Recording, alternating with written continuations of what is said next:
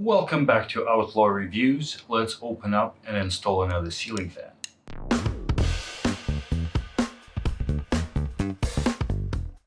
I would like to point out right away that this is not a paid advertising. I purchased a ceiling fan myself on Amazon, and there is a link below in the description. Welcome back. Today we're opening up yet another ceiling fan, and I'm going to install it in my office. This is a smaller fan. It's only 42 inches because, as you can see in the pictures, my office is pretty small. But since it's on the second story and during the day it gets pretty hot around here in Texas, in order not to run the AC much higher and keep the downstairs much colder, I decided to put a ceiling fan into the office to keep it cooler while not really cooling down the whole upstairs a lot during these hot days when it's hitting over 100 degrees pretty much every day. So anyway, so the ceiling fan, it's a 42-inch ceiling fan made by Hykolity, 42-inch black ceiling fan. As you have seen on my channel, I've installed a few ceiling fans around my house. And this ceiling fan kind of drew my attention because, yet again, it was an LED fan and it's with a remote control. Because I do not want to have any of those like pull wires anymore, and I want the bulbs to last for a long time. I want to install it and pretty much forget about it.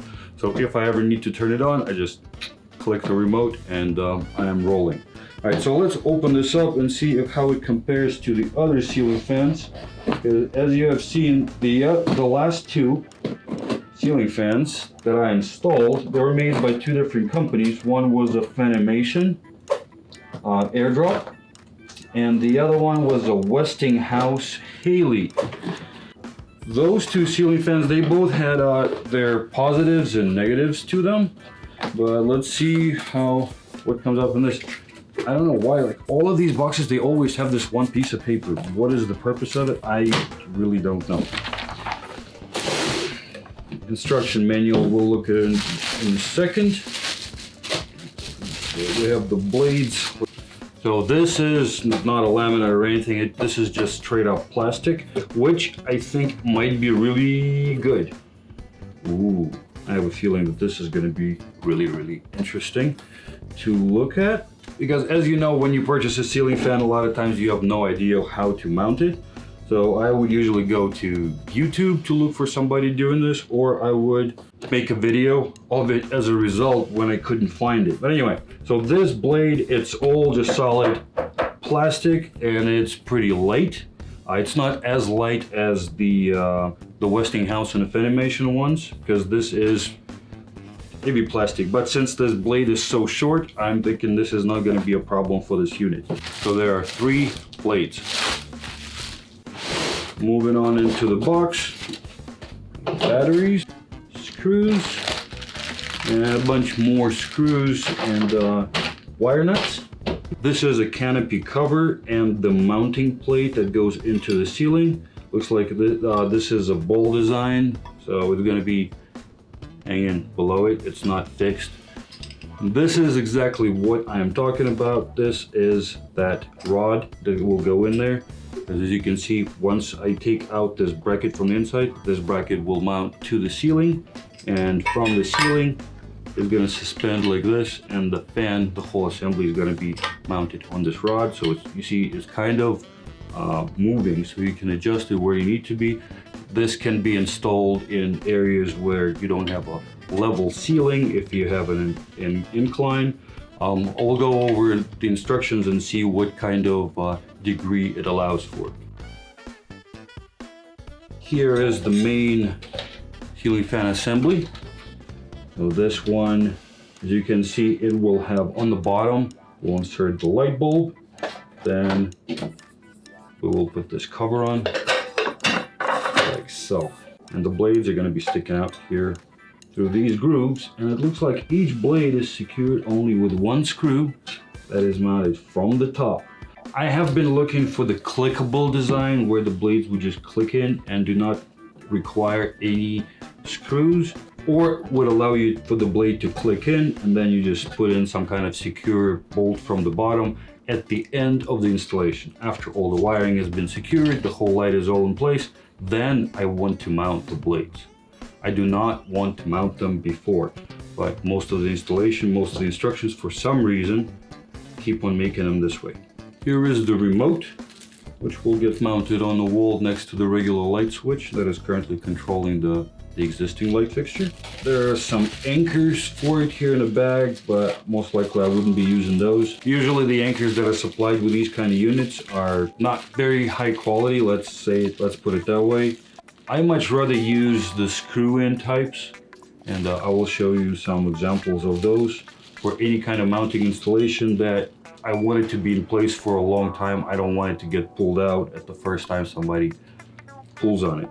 And since here there's a chance, as this remote is sitting in this cradle mounted on the wall, sometimes you might have some kind of pull on this cradle. You do want it to be secured towards the wall.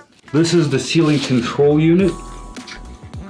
This is one of the cool features that has started coming out on all of these new LED lights. What it does is it allows the unit to control all of the features, so both the lights and the fans, while keeping the same connection to the house. These wires are going to end up connecting into the ceiling, while these three are going to get connected to the unit using these wires right here. But that would allow this box to actually send a signal telling the unit what to do. Does it want it to turn on the fan? Do you want to turn off the light? Do you want to keep the fan on and turn the light off? All of this. So you send the command from the remote, it goes to here, and from this box, that's when it distributes it. Which way does the signal need to go? It's kind of cool.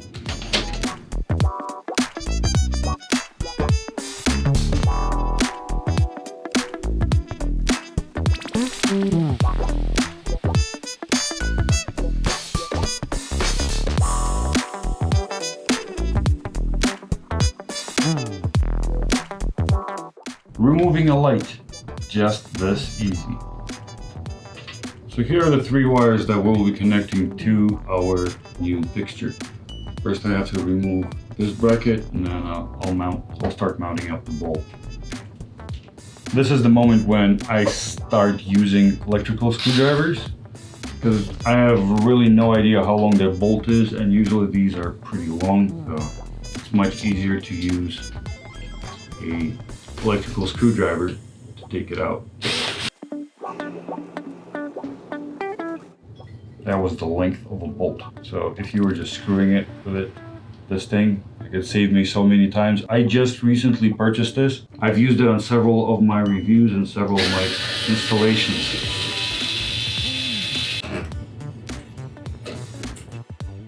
Now we can start attaching the ceiling fan to the ceiling. First thing here, we have to remove this bracket. This bracket is being held by 4 screws. 2 of these screws, one on each side, they only need to be loosened, while the other 2, they have to be taken out.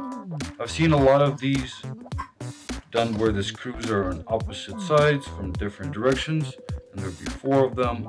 I'm not sure how much I like this, but this is an interesting and novel idea when you have them side by side on 2 sides instead of just being one on each side.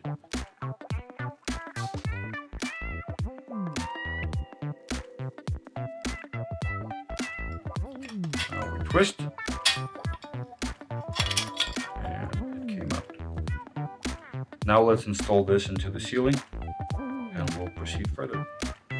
Before we connect any of these wires, I'm going to put this bracket on, and it will go into the same original holes where the previous bracket came from. This is the same exact holes where this new one is going to get installed in.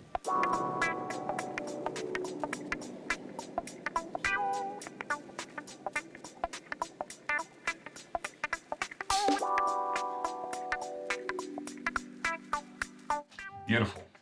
Now we need to connect this receiver box into here. And the way it's going to go, these boxes are usually mounted into this top mounting bracket. So first you need to connect the electrical from the ceiling into this box. Here we have these 2 wires, the black and a white. And then I also have the ground.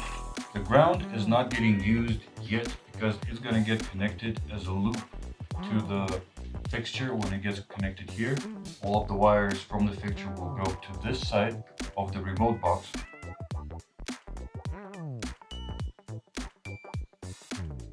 Now I have these ground wires that are going to be eventually connecting together to stand together. Now in order to put this box in there, I need to connect it and then tuck these power wires inside so that I can forget about it.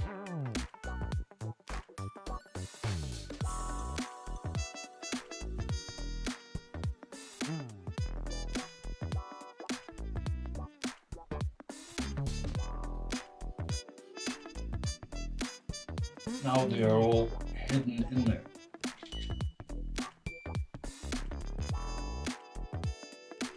Now we can insert the box into its bracket. The antenna remains kind of flapping here. It's going to be sitting inside the canopy. Do not cut this, do not splice into this. You need this intact. One deficiency I see here compared to the other fans, on some of the fans there will be a lip on this box which kind of locks in, and it makes it a little bit easier to install because it sits in one place and it does not move. Here this thing is still wobbling. Now we take our fixture and we feed the wires, all of them, through the bottom of the rod. I don't like this part of the installation. It should have been thought through a little bit better.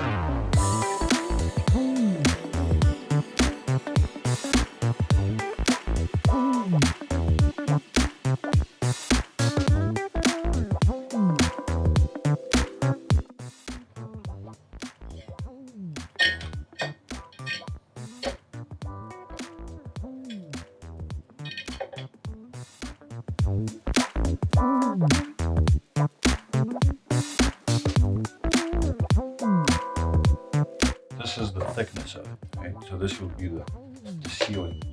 I am proposing where it's going to sit. I'm trying to go to this kind of installation versus being like this with a rod in there.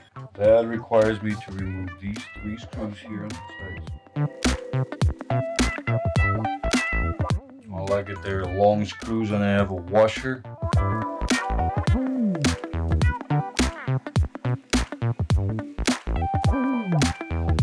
Now I can lower this bit.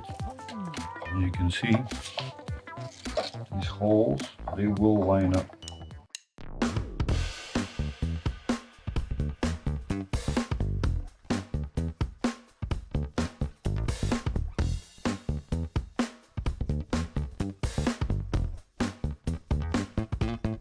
Now that we're not using this ball point, I have free enough space to shove this unit in there and it can freely float since I don't have to be messing with this part anymore. Now I'll put the hook on. Let's see here.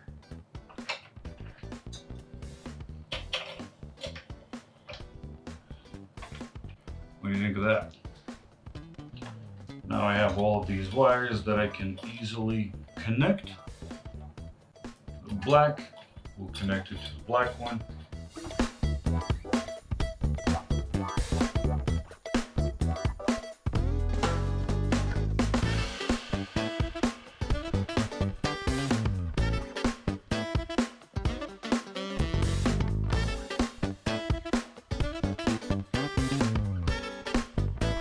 All these wires are connected.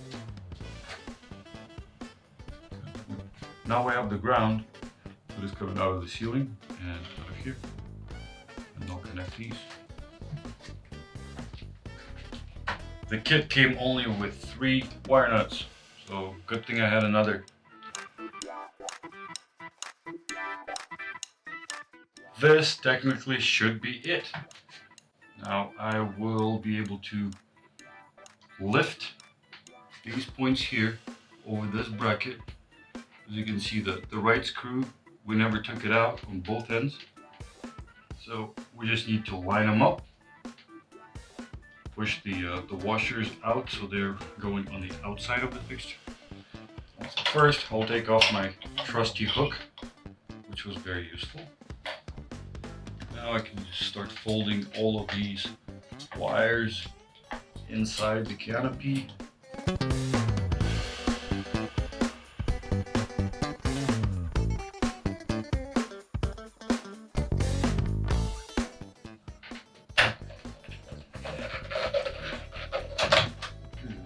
Come on.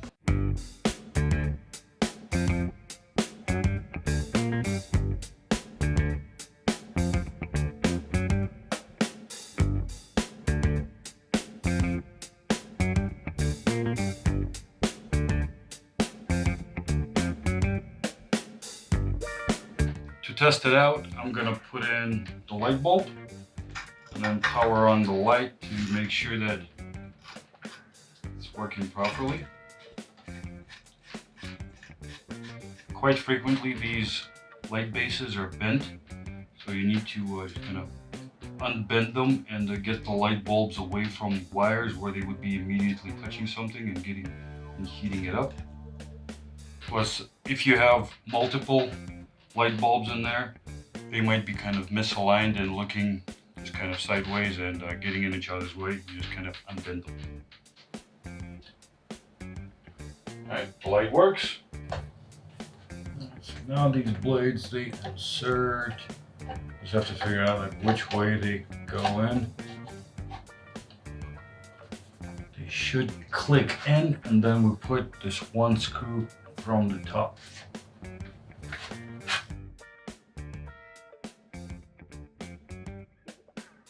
These kind of jobs where I don't have a lot of space, I like to collect different tools that help me out. For example, I have this screwdriver. This came with the ring door cam or something. Since it was a short kind of screwdriver, I decided to keep it because it also changes from two different sides. But whenever you run into cool tools like this, hold on to them. Here's another example. This Allen wrench came like with some kind of furniture that I was assembling. And what I liked about it was that it's an Allen key on one side, but it's a screwdriver, it's a Phillips on the other side. So I can use it for things like this.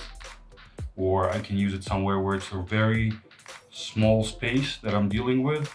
But let's say I can take this screwdriver off, put this onto the screw, and you create leverage, and then you can move it. You can kind of combine all these tools together. So let's see, I'll try with a screwdriver. Plenty of space. It looks like the screw is going into the blade itself, into plastic. So it's a self-cutting screw. Oh, all right, that one's done.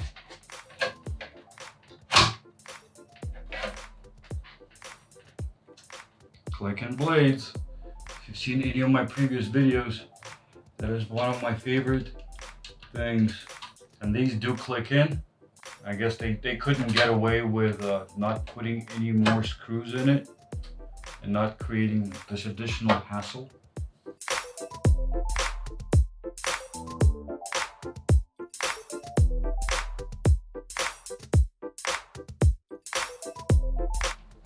See if I can take these blades out. Nope, they're in solid. So I'm pretty sure that it's properly aligned.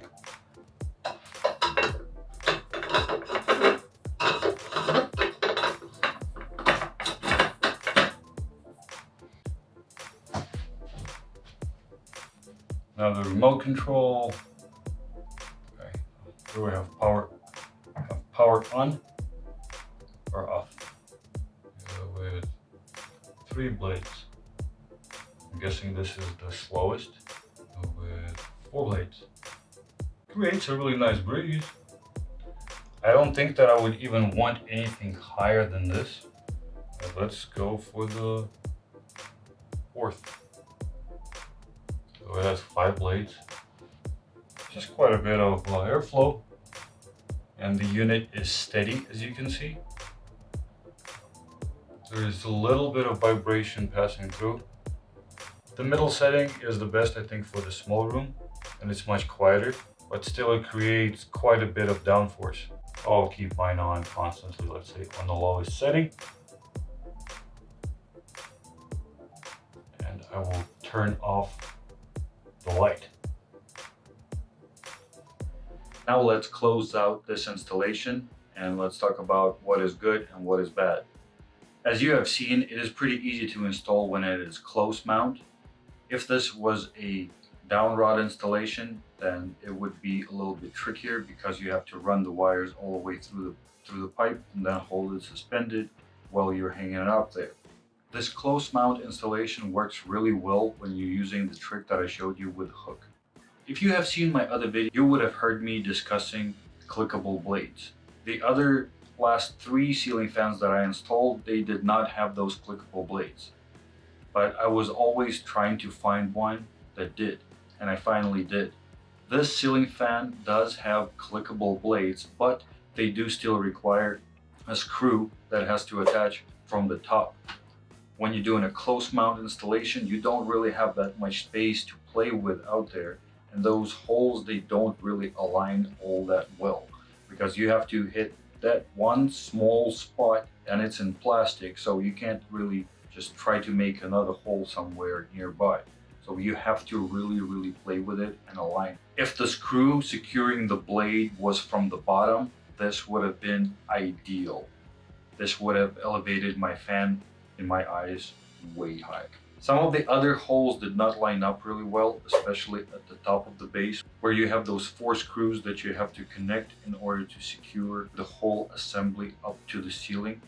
Those 4 screws, they are not really lining up all that well. It took quite a bit of wiggling and trying to get it into place.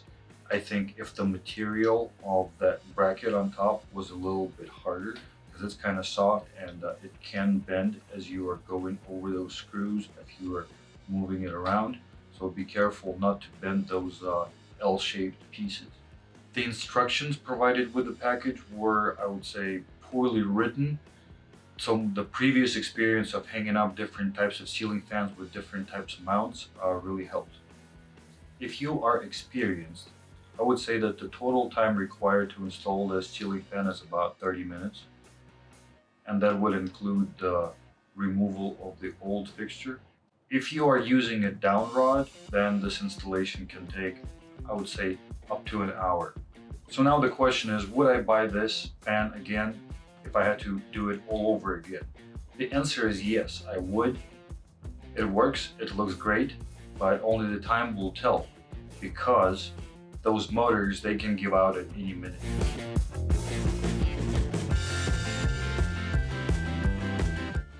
I hope you found this video helpful. If you did, please hit a like or a subscribe button. It really helps, and I'll see you around. Thanks for watching.